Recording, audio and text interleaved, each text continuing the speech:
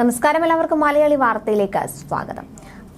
Gaza യുദ്ധം 6ാം മാസത്തിലേക്ക് പ്രവേശിക്കുമ്പോൾ താൽക്കാലിക വെടിനിർത്തലുമായി ബന്ധപ്പെട്ട് ഇനിയും ഒരു തീരുമാനമെടുക്കാൻ ഇസ്രയേലിനോ ഹമാസിനോ കഴിഞ്ഞിട്ടില്ല. റമസാൻ വൃദ്ധാരംഭത്തിന് മുൻപേ വെടിനിർത്തൽ ഉണ്ടാകുമെന്ന പ്രതീക്ഷയിൽ കഴിഞ്ഞ ഞായറാഴ്ച ആരംഭിച്ച കൈറോ ചർച്ചയിൽ ഇസ്രയേൽ നിസ്സഹകരിച്ചതോടെയാണ് പരാജയപ്പെട്ടത്. ഗാസയിലെ വെടിനിർത്തലും ബന്ദി കൈമാറ്റവുമായി ബന്ധപ്പെട്ട ചർച്ച ഈ മാസം 10-ന് വീണ്ടും പുനരാരംഭിക്കും എന്നാണ് പുറത്തുവരുന്ന റിപ്പോർട്ടുകൾ. ഹമാസ് പ്രതിനിധി സംഘം ഇന്നലെ മടങ്ങി. എന്നാൽ റഫ അടക്കമുള്ള മേഖലകളിൽ ആക്രമണം ശക്തമാക്കുമെന്ന് ഇസ്രയേൽ പ്രധാനമന്ത്രി ബെഞ്ചമിൻ നെതന്യാഹു പ്രഖ്യാപിച്ചു. മധ്യ ഗാസയിൽ ഇസ്രയേൽ ഇന്നലെ നടത്തിയ ബോംബിംഗിൽ 15 പേർ കൊല്ലപ്പെട്ടു. ഇതുവരെ 30,800 പലസ്തീൻകാരാണ് ഇസ്രയേൽ ആക്രമണത്തിൽ കൊല്ലപ്പെട്ടത്. 72,198 പേർക്ക് പരിക്കേറ്റിട്ടുണ്ട്. അധിനിവേശ വെസ്റ്റ് ബാങ്കിലെയും കിഴക്കൻ ജെറുസലേമിലെയും അനധികൃത ഇസ്രയേൽ കുടിയേറ്റക്കാരുമായി സാമ്പത്തിക ബന്ധങ്ങൾ പാടില്ലെന്ന് നോർവീജിയൻ കമ്പനികൾക്ക് നോർവേ സർക്കാർ നിർദ്ദേശം നൽകി. വെസ്റ്റ് ബാങ്കിലെ ഇസ്രയേൽ കുടിയേറ്റം രാജ്യാന്തര നിയമങ്ങളുടെ ലംഘനമാണെന്ന് ചൂണ്ടിക്കാട്ടിയാണ് ഉത്തരവ്. പലസ്തീന് UN അംഗത്വം നൽകുന്നതിനെ രക്ഷാസമിതിയിലെ മറ്റ് അംഗങ്ങളും പിന്തുണയ്ക്കണമെന്ന് ചൈന ആവശ്യപ്പെട്ടു. പട്ടിണി മരണം തടയാൻ അടിയന്തര വെടിനിർത്തലിന് UN രാജ്യാന്തര കോടതി ഉത്തരവിടണമെന്ന് ദക്ഷിണാഫ്രിക്ക ആവശ്യപ്പെട്ടു.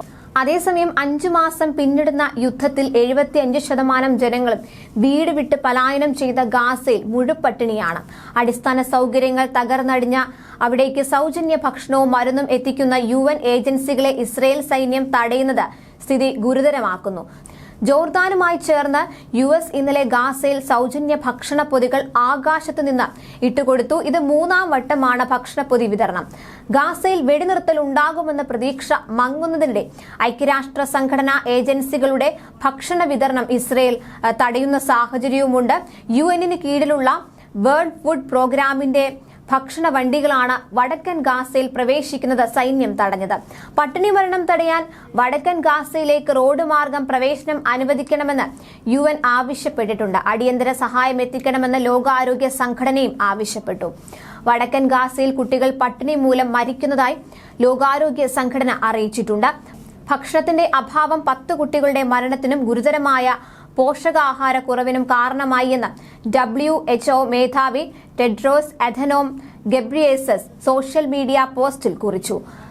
കമാൽ അദ്വാൻ ആശുപത്രിയിൽ പോഷകാഹാരക്കുറവും നിർജ്ജലീകരണവും മൂലം 15 കുട്ടികളെങ്കിലും മരിച്ചതായി ഗാസ ആരോഗ്യ മന്ത്രാലയം കഴിഞ്ഞ ഞായറാഴ്ച റിപ്പോർട്ട് ചെയ്തിരുന്നു.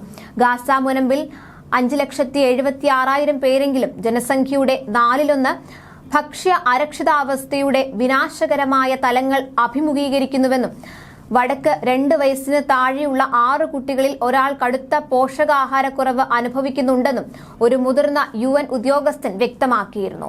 ന്യൂസ് ഡെസ്ക് മലയാളി വാർത്ത.